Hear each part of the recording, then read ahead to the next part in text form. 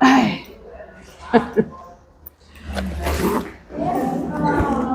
Cadê o Marcelo? Marcelo? Então, ó, antes de gravar, tem água e belisquetes ali, quem quiser. Boa. Tá? Água e coca e outras bebidas. Olá, tudo bom? Ó, Marcelo é o produtor, né? Prazer. A gente tinha visto pelo Zap, assim, pelo online, né? Bom. Muito bem. Então vamos começar. Já começamos, né? Já estamos na conversa. Olha, assim, com imensa satisfação e realização que a Cris pôde estar aqui com a gente, né? Que a gente, uma ótima coincidência. A gente interagiu de longe, né? Mas por coincidência você veio para o Rio, Sim. Vai sábado inaugurar uma exposição na Casa França Brasil, tá todo mundo convidado. Vou estar lá, com certeza. Então ela, né? Como é ver de perto que você viu de longe? Ah, é tão melhor, né? Mas ao mesmo tempo eu estava pensando nisso, vindo para cá, eu disse, nossa, como é louco o mundo hoje em dia, né? Que a gente... O que significa estar perto, né? Às vezes a gente está mais perto das pessoas online do que quando seu vizinho, né? Então, assim... Mas nada substitui a experiência, né? Da presença física e... Então, nossa, muito feliz, muito... Não, ficou tudo perfeito. E foi acho que foi um processo muito interessante, né, Sandra? Porque começou com essa gestação, na realidade, a Luísa Baldan, que era a coordenadora do Laboratório de Práticas Artísticas, que acompanhou de fato assim, mais de perto, né, o desenvolvimento da proposta, e eu, como curadora, eu entro pontualmente no laboratório da Lu para conversar um pouco, e depois a gente vai afinando a montagem. E eu lembro de a gente ficar muito tempo na montagem, lá em Lisboa, com o livro, e, assim, a discussão, né? Pode tocar, não pode tocar, vamos botar todas as páginas, vamos botar na parede, não é botar na parede. Então, assim, foi muito interessante porque eu acho que é o tipo de situação que permite uma conexão, né, entre curadoria e artista muito próxima, né? Muito especial. E aí, esse ano, Sandra me procura e fala, olha, vou fazer uma exposição. Quer dizer, você já tinha falado um pouco antes, assim, eu acho que ano passado, assim, olha, eu tô com essa ideia. Eu disse, ótimo.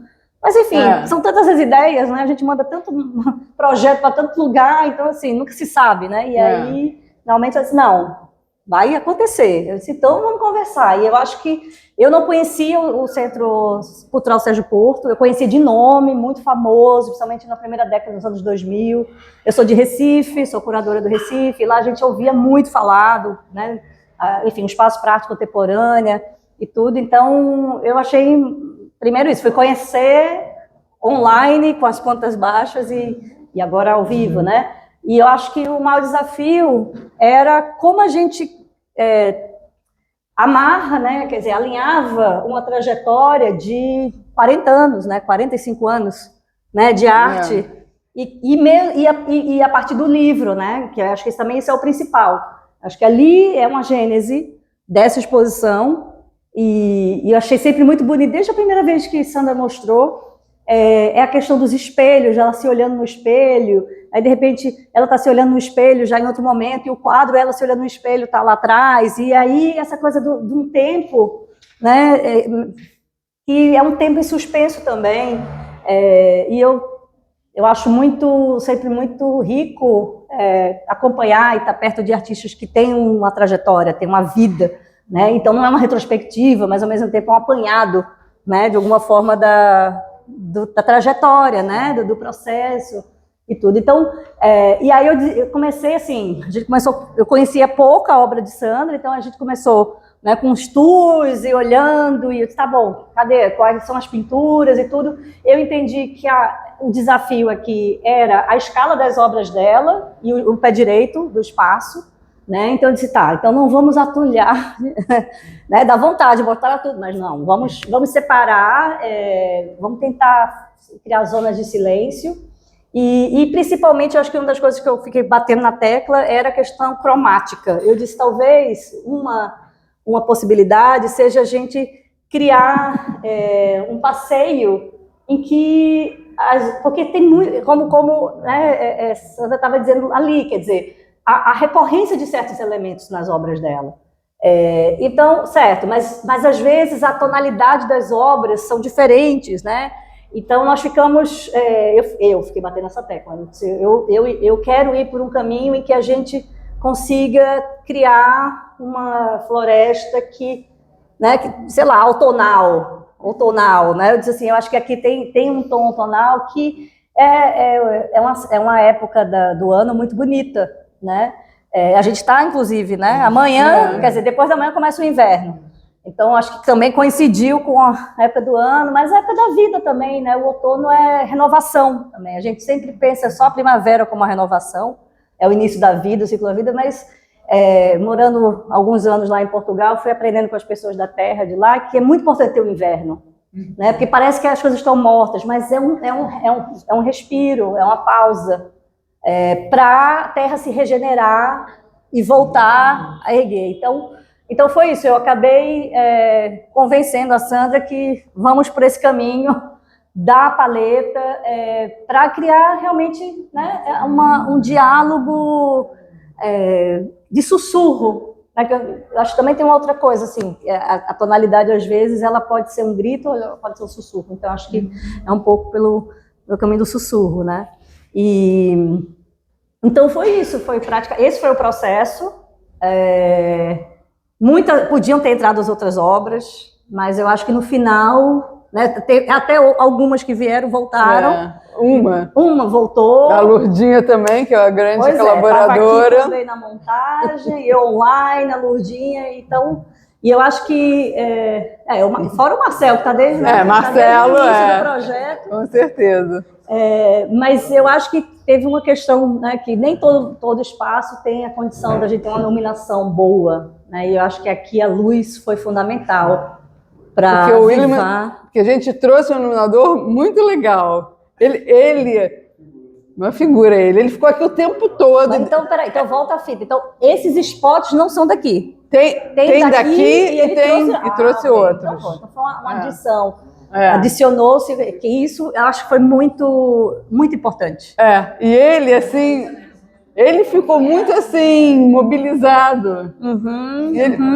E demorou para colocar em um texto, não, eu vou ficar até colocar... Ele ficou, então, a tarde inteira. E foi assim, né, o útero, ele viajou, né?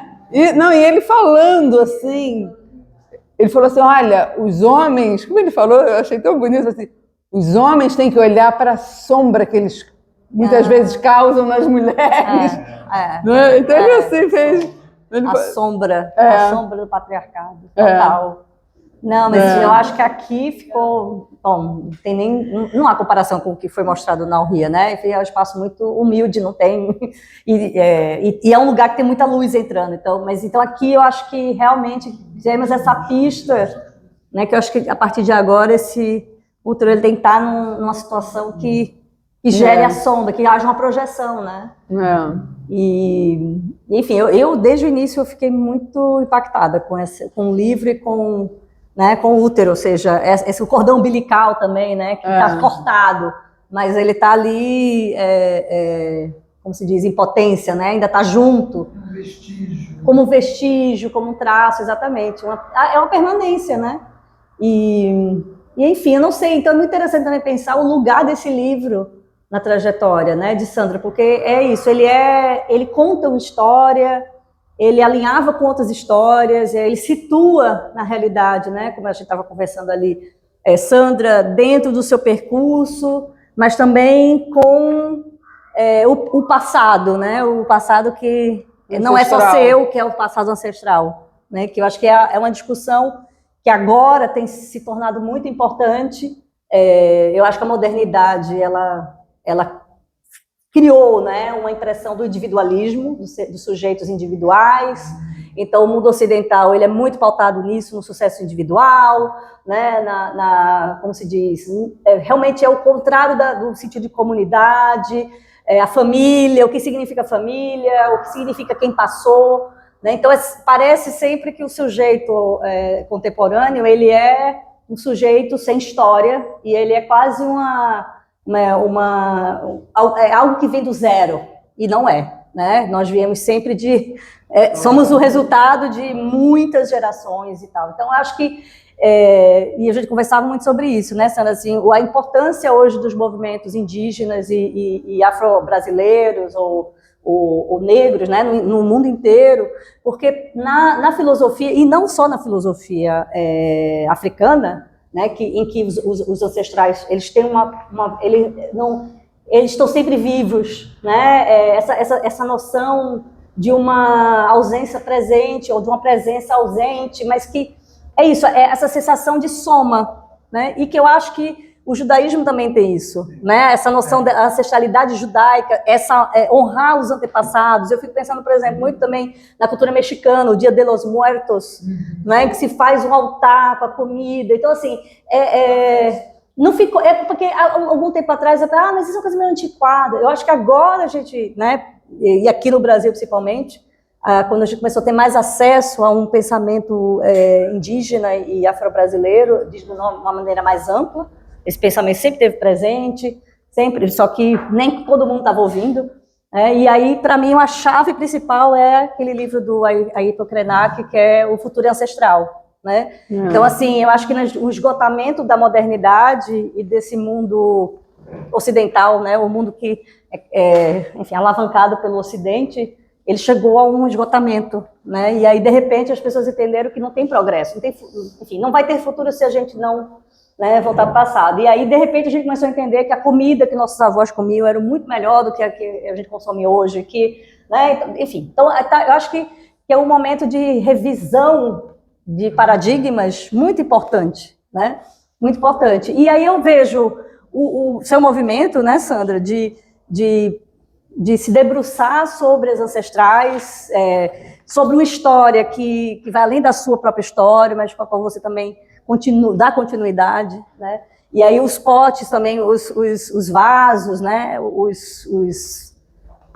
Como se diz, esses objetos que contêm, né? Foi também no processo da LPA, né? Você entrou em contato também com o pensamento da Ursula Le Guin e a importância dos cestos, né? Para quem não conhece, era uma escritora norte-americana, antropóloga. Escritora, na realidade, desculpa. Ela era escritora de ficção científica. Eu sempre acho que ela é antropóloga, mas não, os pais eram antropólogos. Mas, assim, eu acho que também, às vezes, ela faz antropologia. Mas, enfim. E ela, nas suas indagações de uma ficção feminista, ela começa também a fabular sobre, né, se a gente pudesse contar a história da humanidade por outro viés, e não o da guerra. Porque a história é contada pelas guerras. Quem ganha, quem venceu, quem perdeu... Né? Enfim, mas e a vida? Né? E as conquistas. Então é isso. E muito em cima do progresso tecnológico, né? E aí num resumo, ela se questiona por que a gente não poderia contar a história da humanidade não mais a partir da flecha, que vira uma lança, que vira uma espingarda, que vira um canhão, e vira depois uma bomba atômica, uma bomba nuclear, enfim, se a gente pudesse contar a história da humanidade através de objetos que cuidam, que tornaram possível a vida. E aí ela traz, por exemplo, por que não contar a história da humanidade a partir da história dos cestos? Daquilo que carregava a água, né, o ventre, aquilo que, né, o que carregava a comida, que carrega a comida. Então, e se a gente invertesse um pouco, né, ou se a gente ampliasse um pouco, não falar do herói? Por que só falar do herói? Por que não falar das mulheres que estavam cuidando, né, das crianças, e que aparentemente parece muito sem graça? Nada acontece. Não, é cheio de aventura cotidiana de uma casa com crianças. Então, assim, e por que a gente tem que ficar na adrenalina de uma guerra, né? Então, ela vai levantando essa questão, e aí, de repente, você fala, de fato, quer dizer, há várias outras pensadoras, a Silvia Federici, por exemplo, né, que fala sobre essa importância das mulheres para o capitalismo, né? Se fala muito dos trabalhadores e das trabalhadoras, e trabalhar como se a maternidade não fosse um trabalho, né? E aí ela vai localizando que as mulheres, desde o início do capitalismo, se transformaram em máquinas de fazer vida, né? E essas histórias das mulheres são sempre apagadas, parece que não tem importância. E aí é muito interessante que tem uma fala, uma entrevista que Silvia Federici deu já há um tempo atrás, não sei se foi The New York Times, alguma coisa assim, que ela vai contando assim, o pai dela era sindicalista, ela é italiana, estava lá para os anos 50, 60, 70, e ela sempre na mesa de jantar, conversando com o pai falando das greves, falando, né, do movimento sindical e tudo, e a mãe perguntava, e as mulheres? Ah, mas as mulheres, pra quê? Perguntando. E as mães? Tipo, pergunta. E ela própria também, tipo, que pergunta idiota. Tipo, oi, depois de muito tempo que ela foi entender, sem a mãe, não tem comida, não tem criança, não tem cuidado, e não vai ter força de trabalho, né?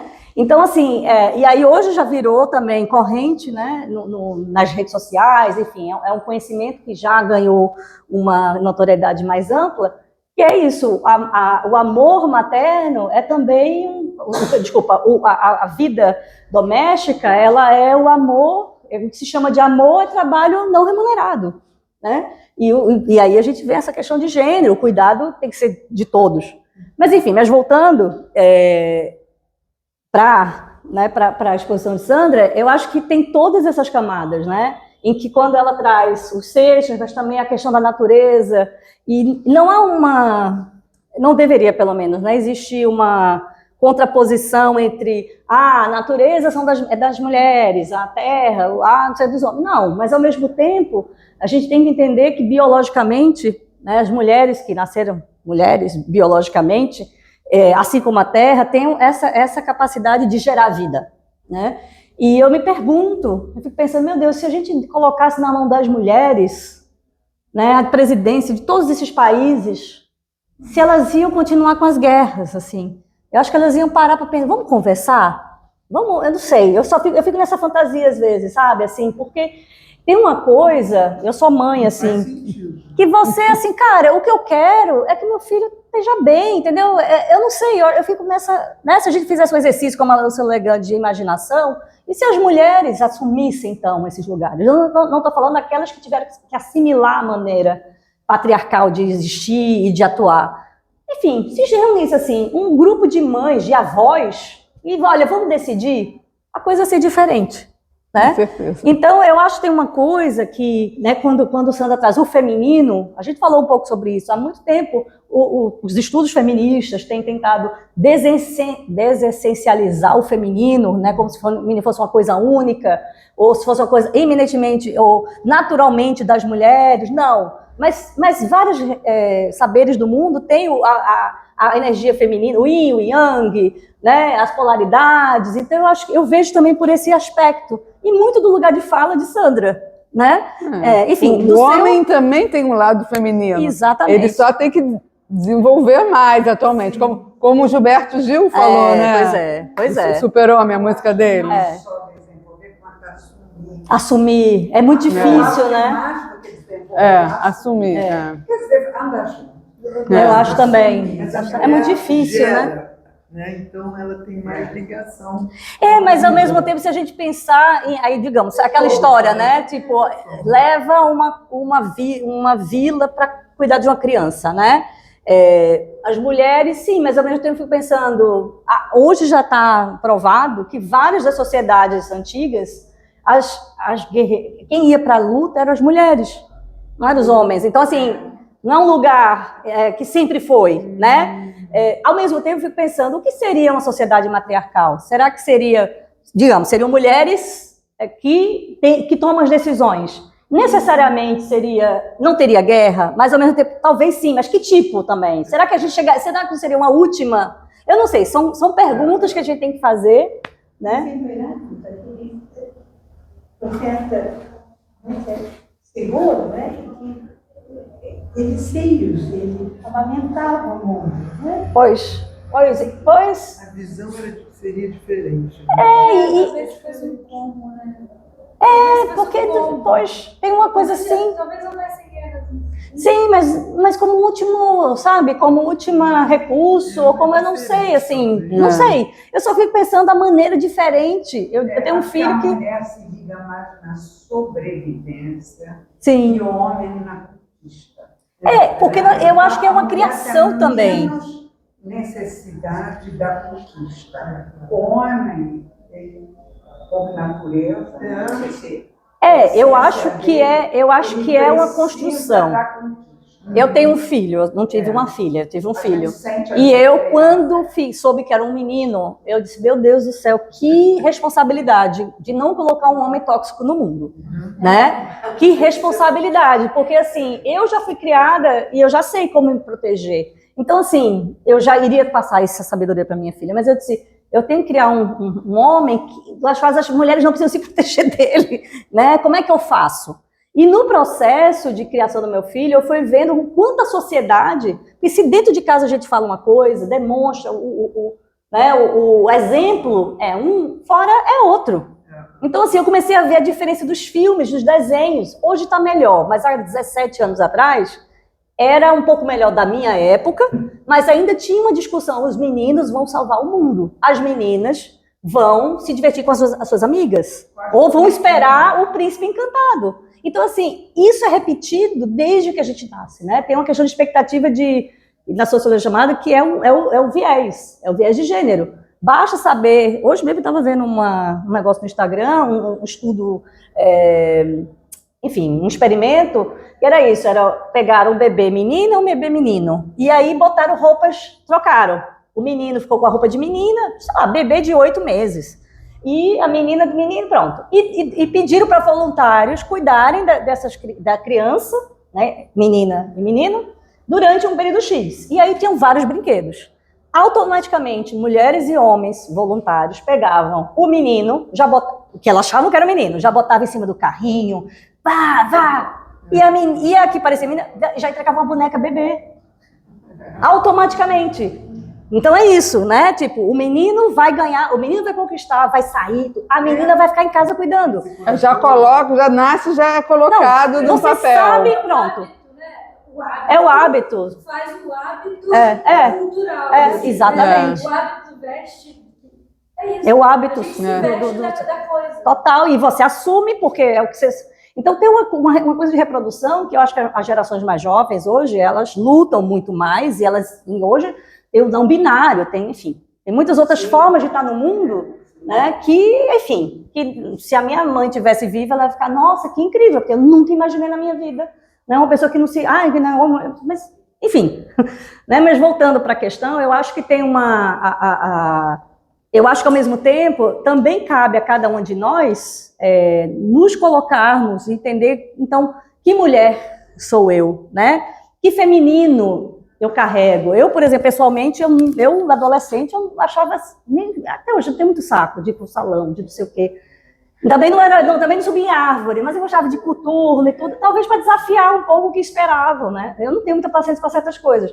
Mas não sei, mas tem mulheres que sim. Então, né, você assume. A pergunta que se faz é quando a gente se olha no espelho, né, que eu acho que é isso, um ato de repetição na sua obra, desde os anos 80, o que a gente vê? Eu acho que você, eu vou até te perguntar, nesses anos todos que você estava se olhando no espelho, o que você estava vendo?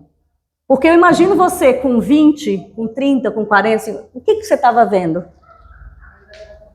É uma boa pergunta.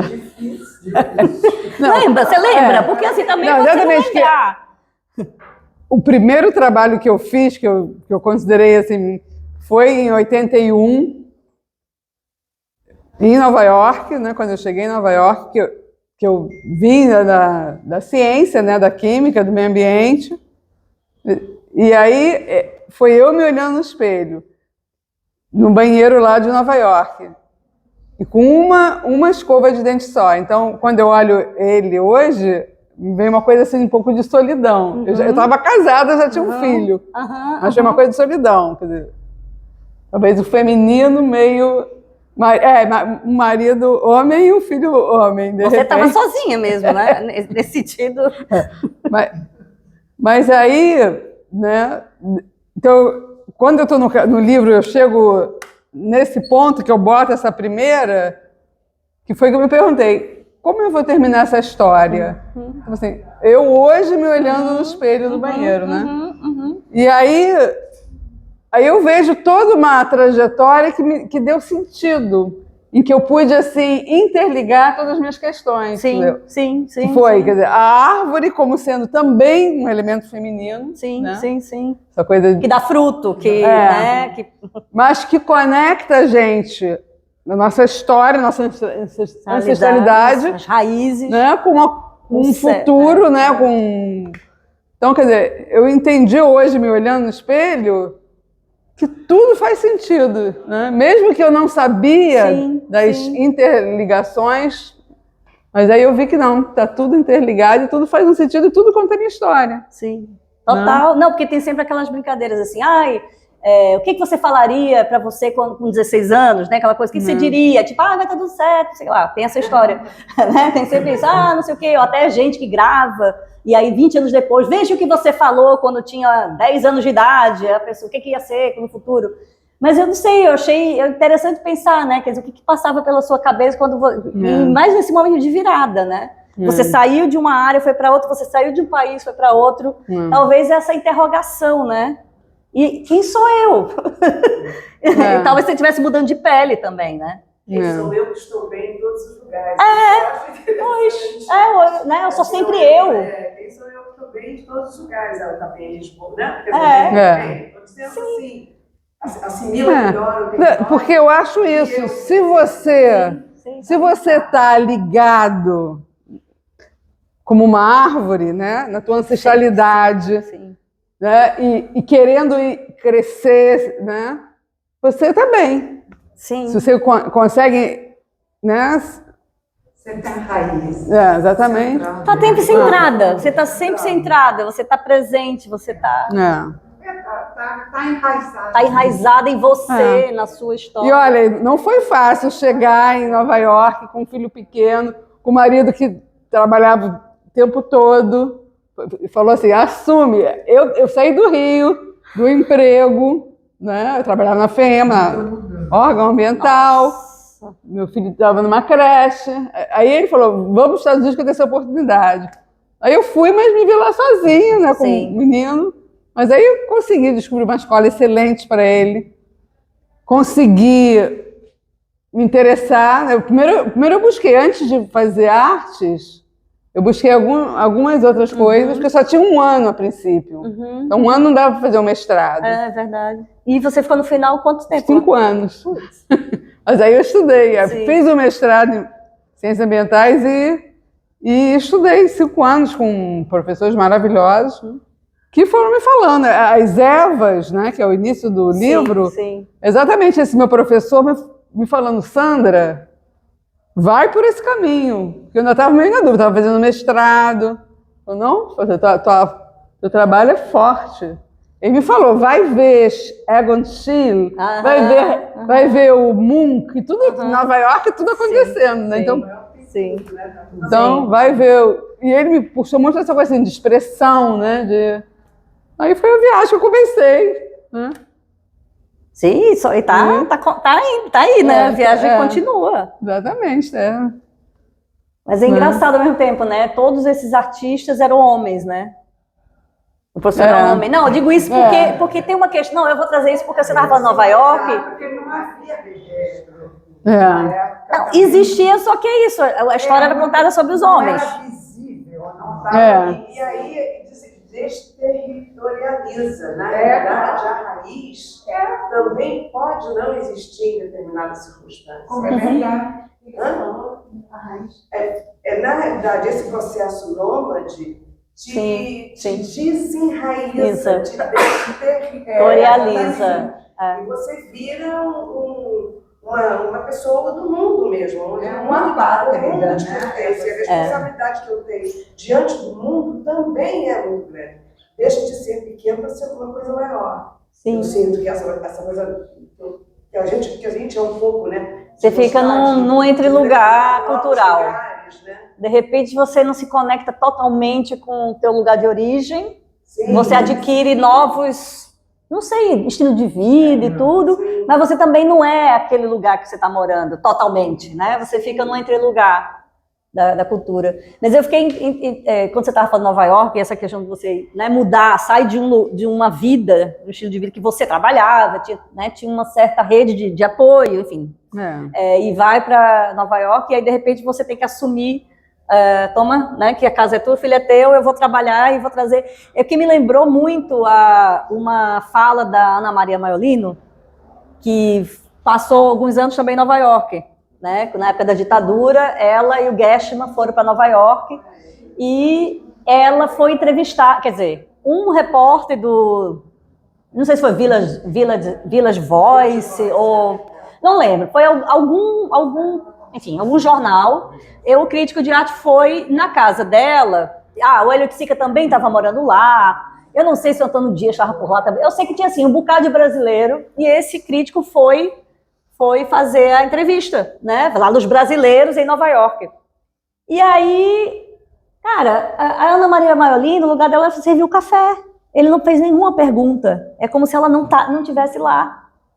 E aí ela fala isso numa entrevista e me deu um clique, assim, meu Deus, sabe, essa coisa do viés de novo. Ele assumiu que ela não fosse artista, ou que ela fosse uma artista menor, né? Já que ela estava com as duas crianças, ela estava cuidando, trazia o café. Então ela ficou assistindo o marido, o Elliot Sick, o Gershwin, todo mundo respondendo as coisas e ela no serviço doméstico ali trazendo.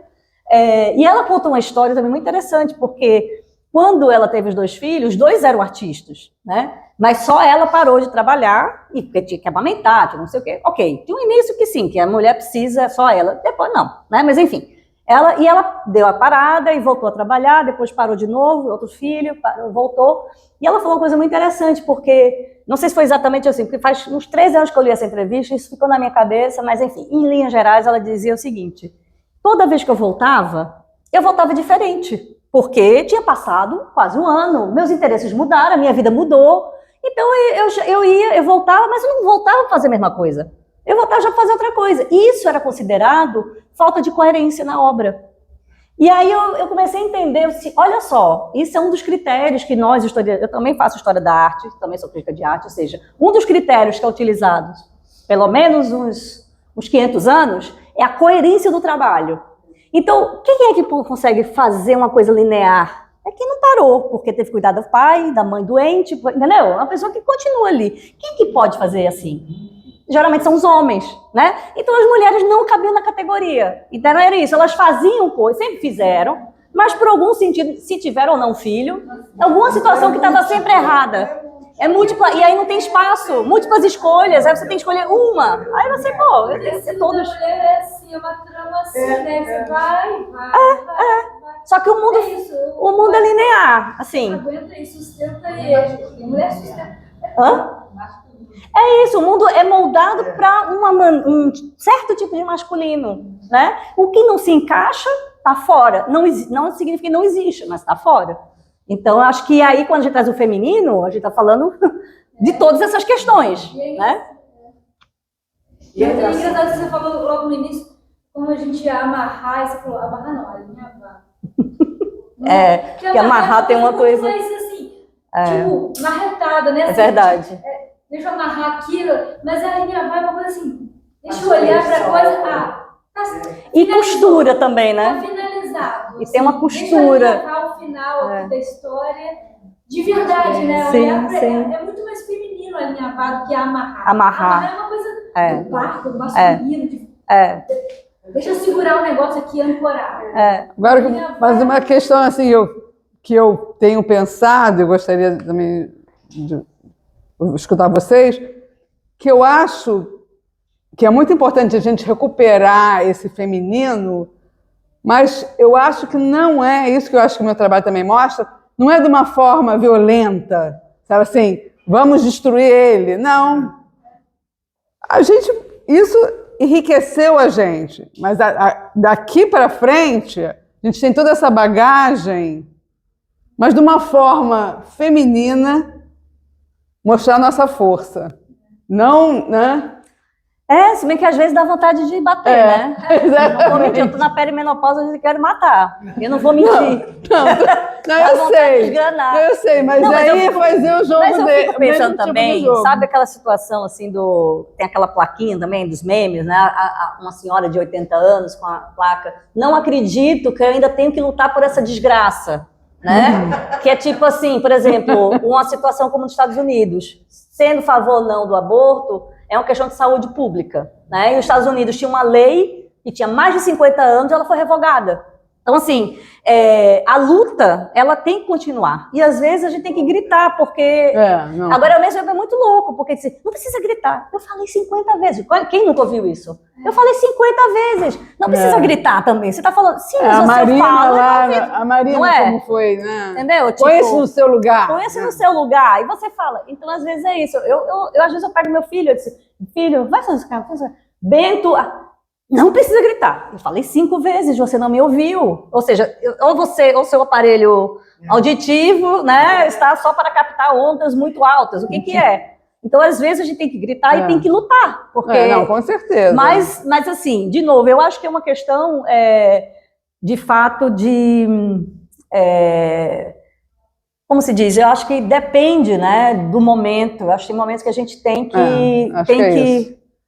que sussurrar, e, como a gente estava falando, e tem vezes que a gente tem que gritar. É verdade. Tem que lutar, tem que bater. Não, acho que a nossa voz é fina.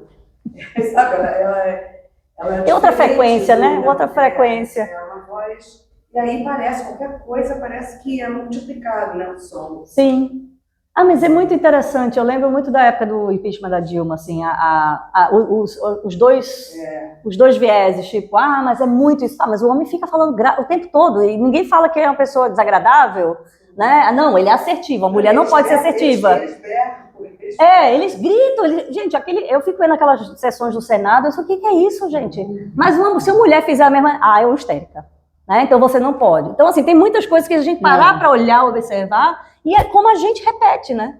Eu acho que isso é uma coisa também. Eu acho que todos nós somos... Acho que a mulher repete com a mulher. Com certeza. Mulher não é generosa com outra mulher. Nós não somos generosas com nossas parceiras. Mas nós somos, desculpa. Mas isso... Mas é algo, eu acho algo a ficar atenta. Eu acho que foi uma construção do patriarcado. Isso é uma arma do patriarcado. Para fazer exatamente... Sim, porque é uma arma do patriarcado de incutir. Acho que não é uma coisa... Natural. É introjetado. Se você parar para olhar, pronto. Agora tá a novela Vale Tudo. Não sei quem está assistindo. Eu tô não, remake, né? O Vale Tudo, a novela Vale. Eu tô vendo remake só para falar mal, porque eu tô achando horrível. Adoro, sou noveleira. Eu fico assistindo só para falar mal. Mas aí, de repente, aparece uma cena que eu nem vi.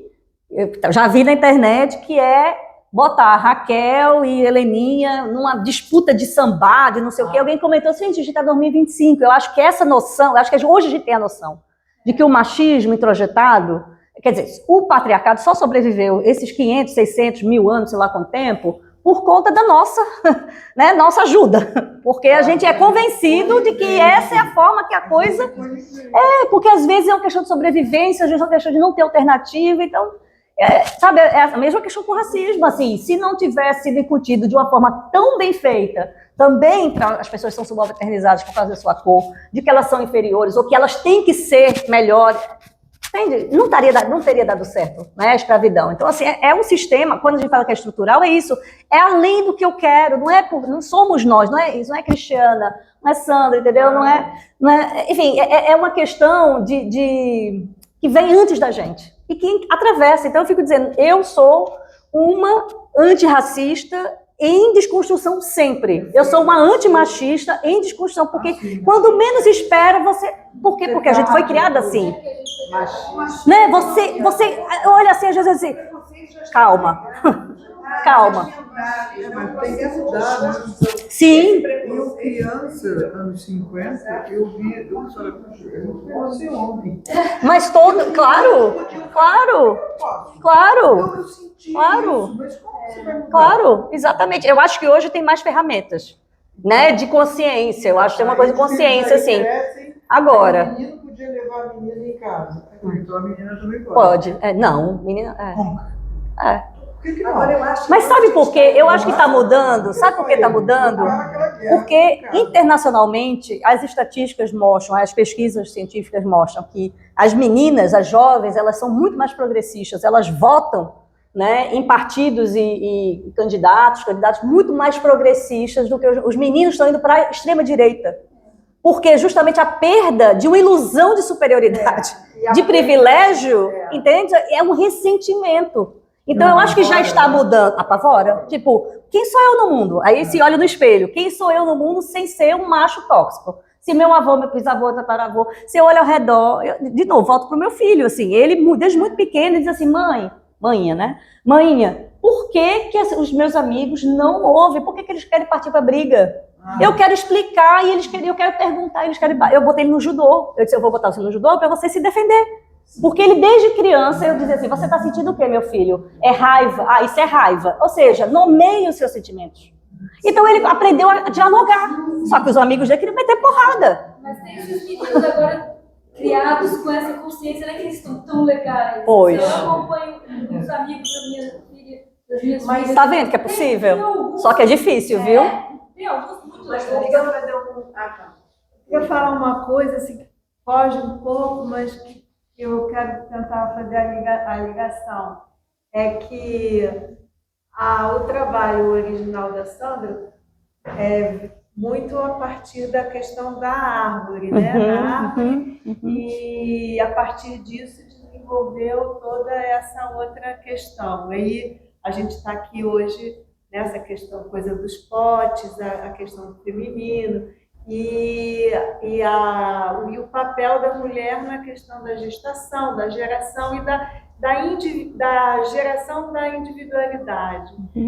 Eu acho que isso que está se dando, a gente tem que tomar um cuidado, acho que já todo mundo já foi comentado aqui, não seria para polarizar, Isso, né, isso. o masculino, o feminino, mas de uma certa maneira a gente tende a isso, né? A gente está numa época de polarizar muito, Isso, né? isso.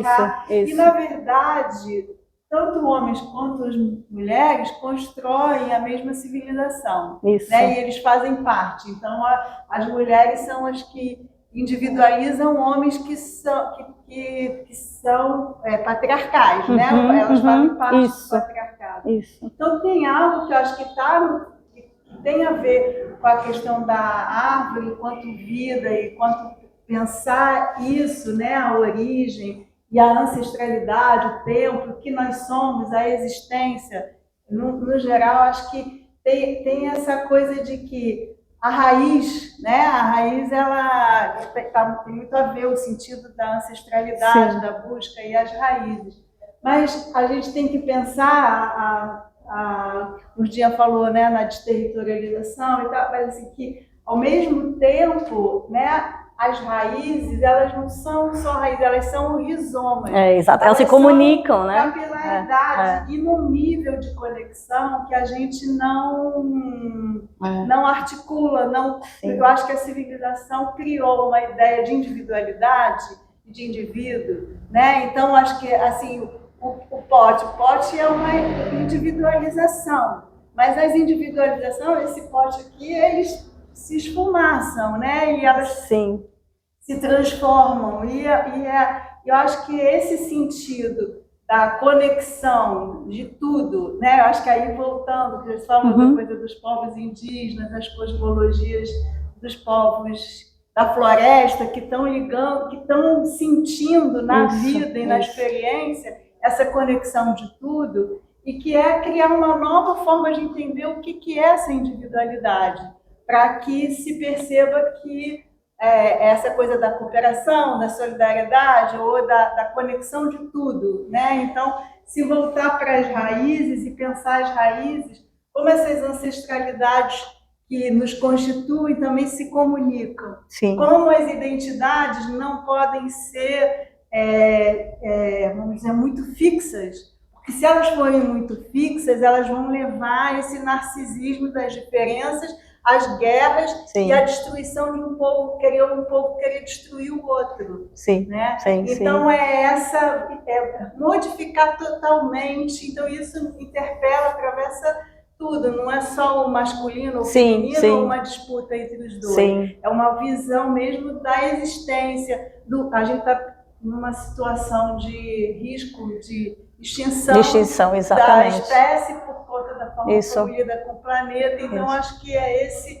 E eu vejo que, quando eu cheguei aqui, eu falei para a Lourdes, comentei com a Lourdes, eu falei, eu gostaria, pensaria, se fosse... porque queria ir mais para as raízes. Além dos potes, voltar para as raízes, os rizomas. E essa conexão de tudo, porque o trabalho original da Sandra tem a ver com a coisa da árvore, né?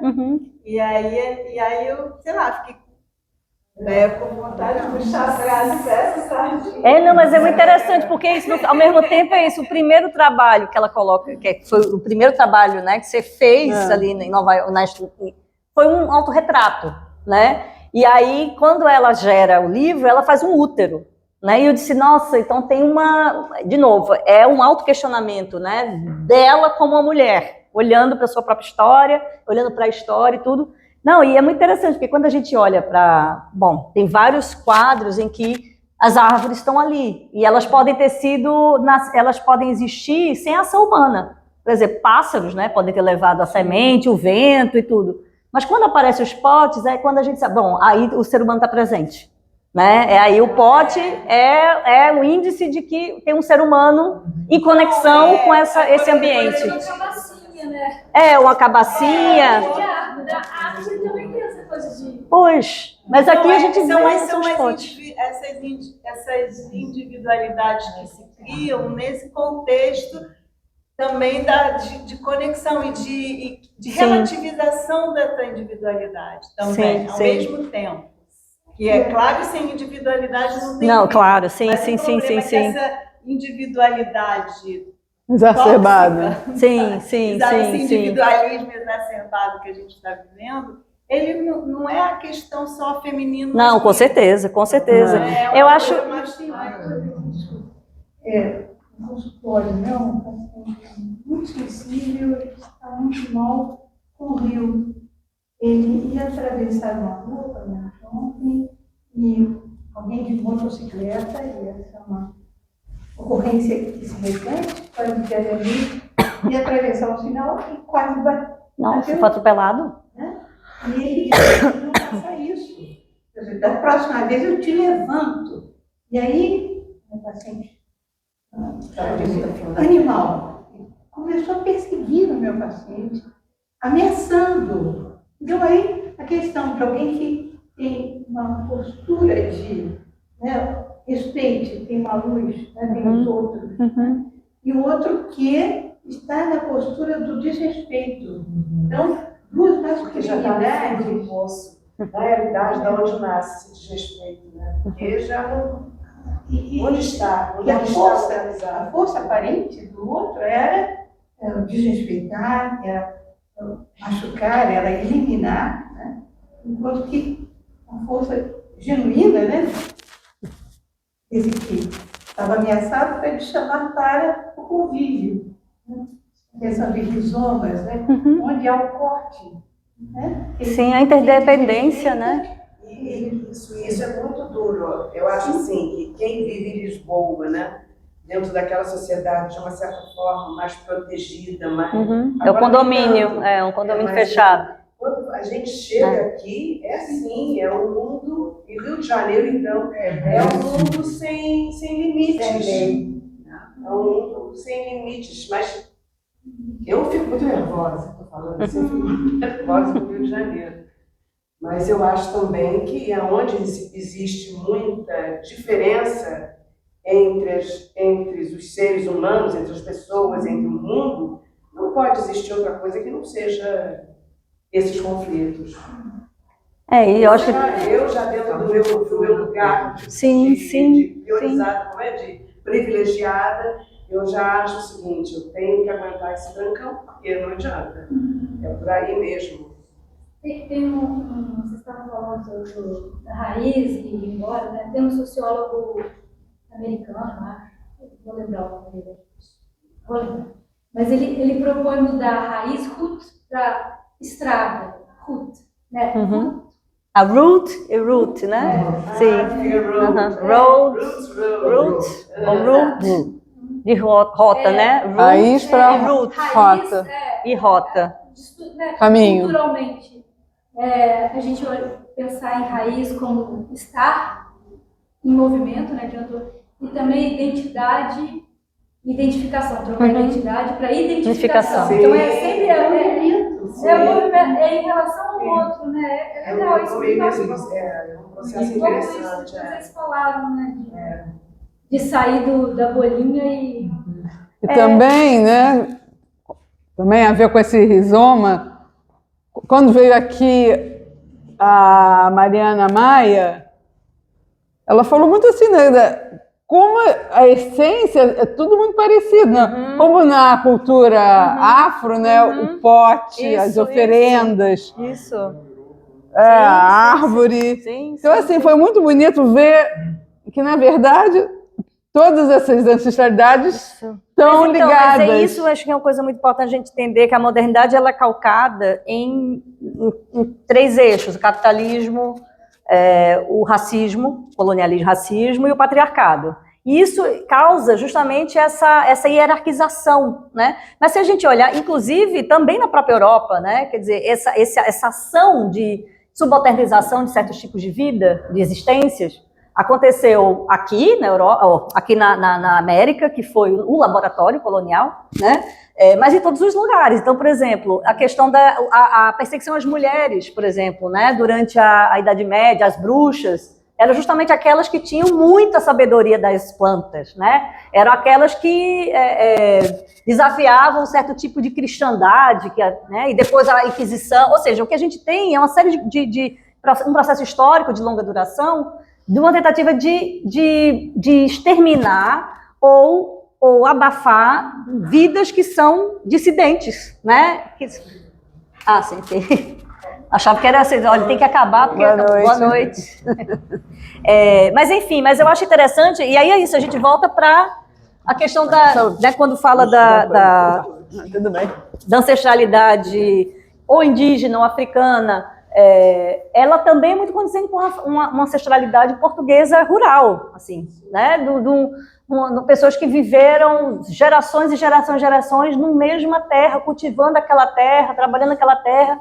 Mas para a modernidade, isso é um estilo de vida loser, né? Você tem que ter a tecnologia, você tem que estar nas grandes cidades. Então, eu acho que agora, por isso que eu estou dizendo, eu acho que realmente a gente parar para perceber que foi o canto da sereia, né? A modernidade foi esse canto da sereia, de que não olhe para trás, olhe só para frente, olhe para o progresso, esqueça de onde você veio, você faz a sua própria história na grande cidade e tudo, e que, na realidade, a grande cidade está em decadência. Eu estava hoje montando a exposição na Casa França Brasil, vim para cá e disse, quantos lugares fechados? O centro das cidades brasileiras estão acabados, não tem... Então, assim, arranha-céus, né? Então, enfim, mas ao mesmo tempo, o que eu fiquei pensando, você estava falando da Mariana e tudo, por exemplo, nunca você tem um pote sozinho. Todos os seus potes estão acompanhados. Ou seja, é uma comunidade de potes. Né? Você fez e disse assim, não, vou fazer. E quando você viu, né, é uma comunidade e que é um número cabalístico, né, o número das 12 estações. Ou seja, é a comunidade. Né? Você não está só. E aí, por isso, de novo, você começa se olhando no espelho e quando você olha para esse espelho, e aí vai vindo as ervas, você está olhando para trás. Né, também. Você está olhando para... Aquele 2 meses, depois são 2. Não, 2 exemplos. Exemplos. Não é um, né? São 2. Isso. Você fez depois dos potes? Não, foi antes. Não.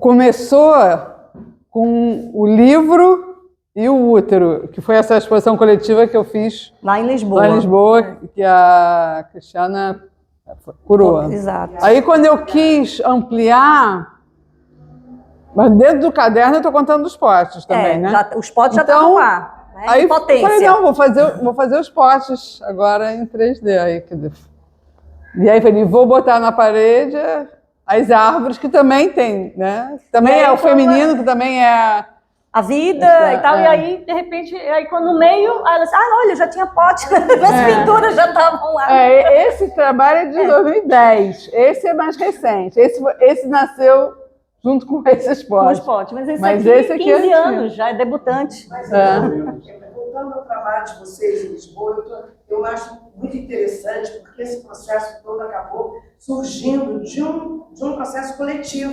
Exato. Nós estávamos no laboratório da Luísa, e dali iam surgindo questões, e aquilo foi ampliando. Então, da importância também. Isso, do coletivo.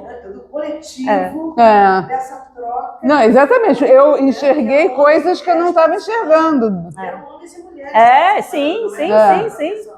E foi muito incrível. Eu acho que é um trabalho muito interessante. É o que a gente chama de... Isso é um espaço matriarcal. Matriarcal não são só mulheres. É uma outra forma de exercer o poder. Né? É uma outra forma. Com homens e mulheres, a gente não vai fazer nada sozinho. Então, é isso. Eu acho que uma das principais ferramentas é a condição da gente estar em círculo e a gente compartilhar. Né? E aos poucos, de novo, você estava falando, né? Ou seja, a coisa da entender também, como se diz, o rizoma, né? É isso, uma floresta, uma árvore, uma floresta está em comunicação com a outra e tudo, e é isso que faz a riqueza. É isso que faz a potência de uma floresta. É a colaboração, né? É a conexão. A colaboração, a conexão. A essência do feminino. De uma complexidade absurda. Exato, porque é complexo. Indizível. Exatamente. A individualização, ela sempre recorta. O conceito, ele vai recortar. Mas tudo, assim, é importante que seja, assim, não é para não conceituar, sim. Não usar a palavra, pelo contrário. Sim, mas é ter essa... Sempre relativizando. Isso. Sempre relativizando, porque tudo que se fixa, ele esquece aquilo que não foi dito, ele esquece o que ainda vai aparecer. O porvir, o devir, pode vir a ser. Mas quando o ser humano vai entender isso, né? Porque a gente continua polarizando cada vez mais. Que uma memória, né? O Amos Oz dizia, né, que nos 80 anos pós Segunda Guerra, as pessoas tinham lembrança. Agora já passou, então. Não, 80 anos e um dia, aí esqueceu. Não, e aí de novo vamos fazer guerra. Esqueceu, se esquece, né? Mas é engraçado, mas eu acho, apesar de vários autores e filósofos já tiveram a história é cíclica e talvez seja uma espiral, como diz a Leda Martins, é uma espiral, então a gente chega mais ou menos parecido, mas já está em outro patamar, e chega em certo ponto, mas já um ponto a mais, né? Você volta, mas um ponto a mais. E aí é muito louco, porque ao mesmo tempo, a pergunta é, será que não é o último grito desse mundo? O último grito de um mundo, desse mundo. Dessa maneira de ser. Eu tenho uma amiga minha que fala assim, será que não é que agora finalmente começou o século XXI? Será que o século XX não estava existindo até agora, recentemente? Não sei. Então, assim, quando há uma transformação, é muito fácil as pessoas recorrerem ao que já conhecem. Tipo assim, é o novo, né? A dor de não suportar o controle, eu não sei o que vai vir, então logo eu vou pegar o manual que eu já sei, que meus antepassados já me deram, né? Na Primeira, Segunda Guerra, enfim, várias guerras, pronto, eu já sei, é assim que eu vou proceder, porque é o que eu conheço. Então, na realidade, a polarização se dá em cima do que a gente já conhece, seja de um lado ou do outro, o que já foi feito antes, e muito pouca disponibilidade realmente de se abrir para o que ainda vai ser. Mas isso gera repetição. É claro, gera repetição. Você fica num ciclo neurótico ali de voltar porque você já conhece. E aí... Temos que lembrar que estamos vivendo uma ruptura muito importante com o advento da inteligência. Não, então é isso. Agora que a coisa... É uma virada, é uma virada. A pergunta é, se existe, se vai existir, se isso vai ser importante, né? Vai ser importante. Um perigo total. Total. Realmente é a discussão que a gente tem que dominar. Com certeza. Dominação. Tem que dominar. Ela te engana, a inteligência artificial, ela quer te agradar. Você pergunta uma coisa, ela inventa. Você vai procurar. Não Uma tem. legislação, ela inventa uma lei.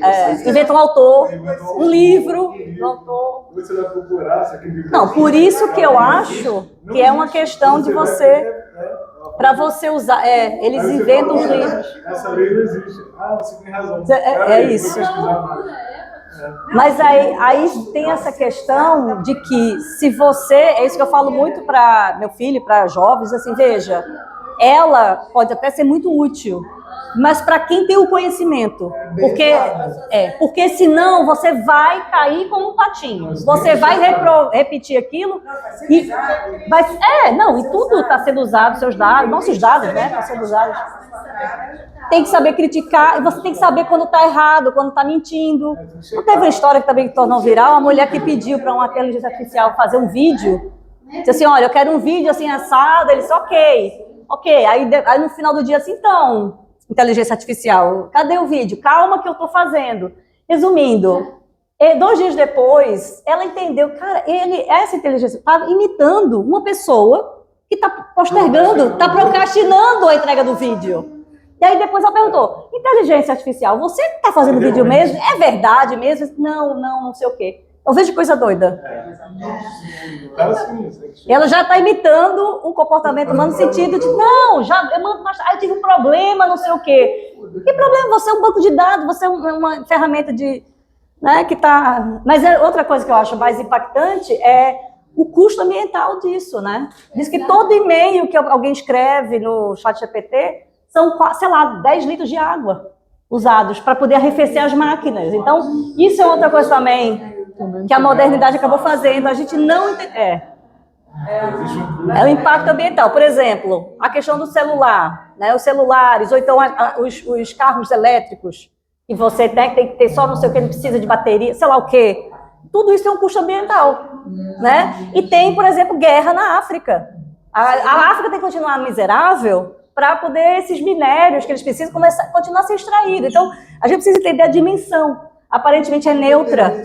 Só que não. As empresas tecnológicas são todas dos Estados Unidos. Mas tem essas terras raras, né? Tem 4 homens que dominam o mundo hoje em dia. Essas terras raras, o Trump está de olho lá na Ucrânia, porque tem tem terras... um tipo... Isso. Então, assim, não é muito louco. Ao mesmo tempo, a gente está atado ao digital. É interessante isso, né? Na África, né? Apesar de também estar em guerra, ela é invisível, né? Sempre. Vidas que não valem, né? Não valem. É importante, né? E essa naturalização, né? É um lugar que nunca vai dar certo. Aí, enfim, tem vários países que até hoje pagam a França, por exemplo, um imposto, fazem um ressarcimento pela sua independência. A colonização continua. Então, assim, quando você olha e fala, gente, que mundo sem fronteiras é esse, né? Ou que mundo livre? Não é. Para quem, né? Você estava perguntando a verdade. Para quem? A liberdade, para quem? Então, assim, é complexo, mas ao mesmo tempo, eu estava hoje falando com o povo lá no Rio, todo mundo assim, porque saiu hoje um comunicado no site oficial do governo de Portugal. Não sei se vocês sabem, a extrema-direita está ganhando muito espaço em Portugal, e aí saiu hoje um comunicado dizendo assim... Não, ela está falando que isso é um comunicado, que a extrema-direita está fortalecendo. Não, a gente já mais ou menos conseguiu, já conseguimos. Depois, esse é o próximo, depois é a fofoca, depois é a parte da fofoca. Você falou que a extrema-direita está se fortalecendo. Não, então, aí hoje saiu essa notícia, assim, depois de uma... Sei lá, eu não sei exatamente as palavras, mas assim, depois de Portugal ter desregradamente aberto as suas portas para os imigrantes, agora a lei de cidadania e de sei lá, de permissão de residência vai fechar. Só que veja, aí tá assim, só que qual é a imagem que está ao fundo? Um casal muçulmano. do Bangladesh. Isso é outra coisa também. Lá em Portugal, a coisa é o seguinte, hoje o foco não são mais nós brasileiros, porque eu estou lá há 10 anos, então no início eram os brasileiros. Volta para sua terra, vocês não sei o que, não sei o que lá. Aí agora são o pessoal do Paquistão, da Índia, pronto. É a farofobia, não é? O termo? Tem uma... É a camada mais pobre. A camada mais pobre. E ninguém está falando nada contra os norte-americanos que estão indo lá comprar tudo e, entendeu? Fazer a coisa ficar impossível. Não. Então é aquela diferença entre imigrante e expatriado, né? É a cor da pele, é a origem, né? Então, assim, é a conta bancária, é isso que vai dizer. Processo, né, em termos de humanidade. Muito. Principalmente Portugal, quer dizer, em 2017, quando eu chego lá, era uma outra realidade. Mudou muito. Tudo muda, de repente, de um ano para outro. Não, é gentrificação e é um processo global, então assim, hoje estava todo mundo assim angustiado, assim, porque como a maior parte da nossa comunidade na Rio é imigrante, isso atinge a gente, né? Mesmo se você tem a cidadania, não interessa, na hora que o fascismo chega, não quer saber. Você simplesmente não nasceu aqui, seus pais não são daqui, não interessa, entendeu? Como a Alemanha, agora quer uma lei da reimigração. Basta você ter um antepassado que não seja alemão para você não ser mais alemão. Isso a extrema-direita está querendo. Então, assim, ou seja, o fascismo faz isso. Aí as pessoas acham que vão estar... Agora, o que é assustador é que o fascismo, o nazismo da Segunda Guerra Mundial, ele estava circunscrito na Europa, né? E no eixo do Japão. Não, agora está em tudo que é canto. Agora é global. É a cartilha global. E é disseminado na rede. Então, isso que é assustador, que é uma coisa nova que a gente não sabe ainda. Como lidar, né? Porque antes de melhorar, vai piorar muito. E aonde vai chegar, a gente não tem a Não. Você pensar os Estados Unidos, o que era esse fiel da balança, bom, todo o seu imperialismo, essas coisas todas, mas estava ali, de repente, você tem um Trump, mas assim, olha, vai todos os imigrantes embora, tipo... Então, assim, de novo, né? A gente está num outro momento geopolítico. Não existe um patamar de diálogo. Não existe. Estão rebaixados, então você não tem como... Não tem como dialogar. Exato, não tem a quem recorrer.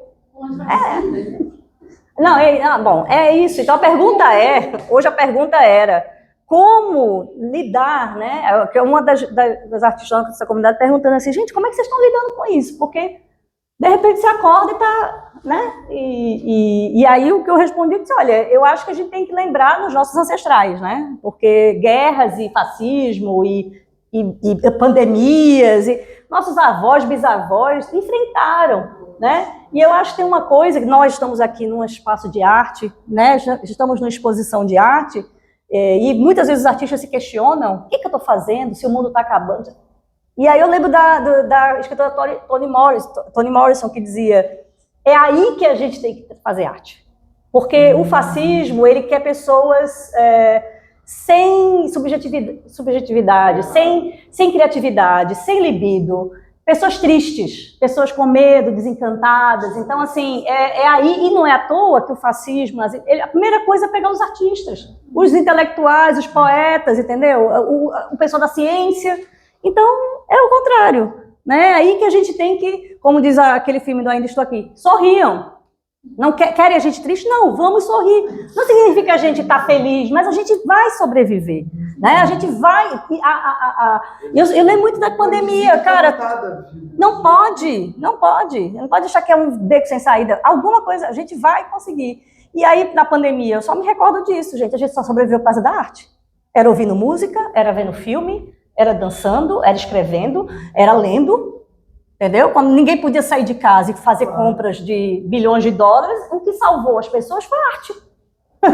Os encontros na Rio. Os encontros, exatamente. Tá junto, falar sobre arte, tá junto, pulsão de vida. Então, eu acho que no final das contas é continuar... Nessa hora a tecnologia ajudou um pouco também, por causa dos Zooms, né? As pessoas estavam juntas. Cozinhar, ser criativo na cozinha, né? Se aprimorar. Vocês que nunca cozinharam. Vão fazer coisas, vão pegar coisas. Então, Tanta gente começou a ser artista depois da pandemia. Muita gente disse assim, olha, se é para morrer, o mundo está acabando, que eu faça uma coisa, deixa eu fazendo alguma coisa que faz sentido para mim.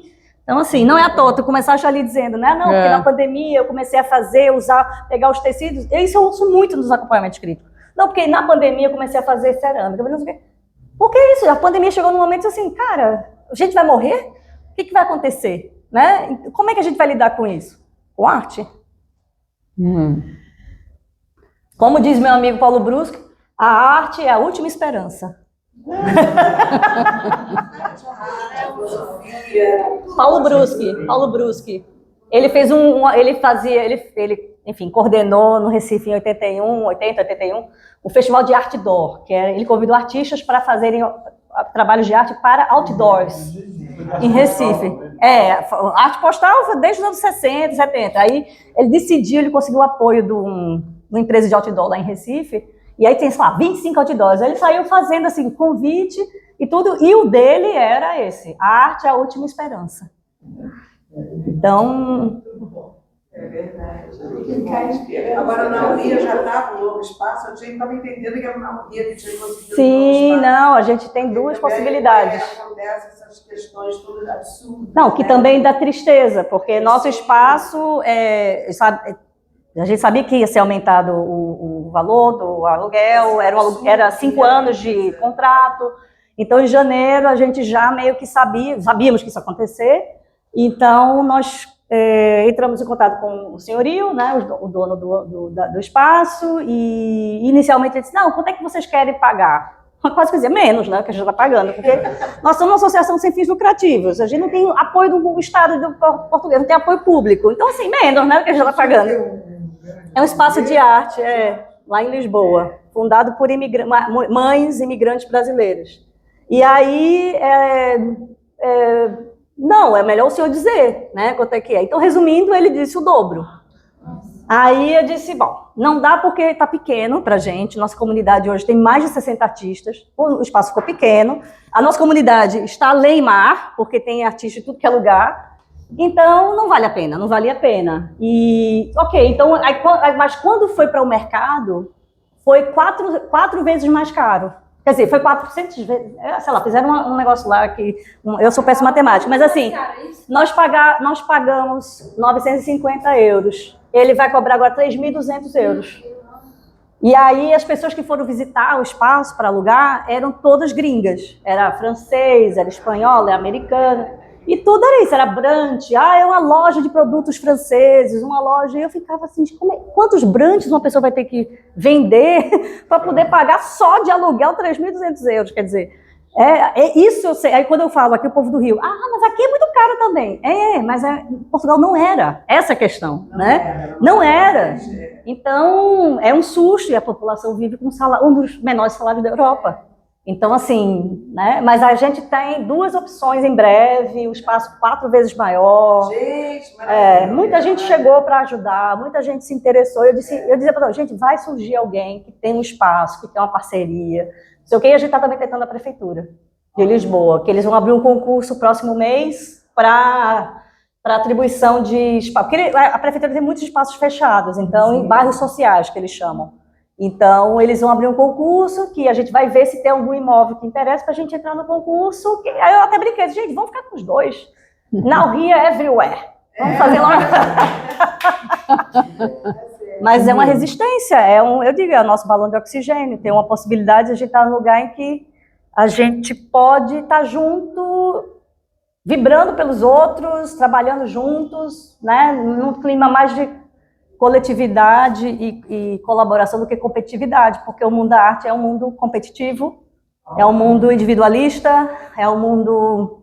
E essa pergunta, se o mundo está acabando, que mundo a gente quer? Novo mundo, né? Então eu estou apostando nisso, assim, se acabar o mundo, eu quero estar com certas pessoas e na cabaninha ali, dando as mãos com as pessoas. Do filme do Laszlo. Sim, o Melancolia, não tenha dúvida. Melancolia. Eu disse, o Nauria é a cabaninha. É a cabaninha. Dá as mãos com quem, né? Obviamente, não é um gesto de exclusão e de ódio a quem não pensa igual. É simplesmente uma questão de afinidade de você estar junto e poder sonhar juntos, né? Poder construir juntos. Então, tem uma coisa interessante, que utopia significa não lugar, nowhere. Né? E eu brinco isso. Então, now here é o não lugar que virou aqui e agora. Como é o nome? O espaço é now here, porque vem do nowhere. É nowhere. Nowhere ou now nowhere, here. E era assim, é isso. Como é que a gente sai do não lugar da imigração, né, para o aqui e agora, da potência do aqui e agora? Porque a gente não tem muitas coisas, mas nós temos nós. E nós nos temos. Então, como é que a gente pode fazer acontecer? Essa foi o início. Aí agora a gente brinca com isso. Everywhere, nowhere, então um pouco isso. Mas foi o Now Here que fez a gente se encontrar, né? A gente se conhecer. Isso aí.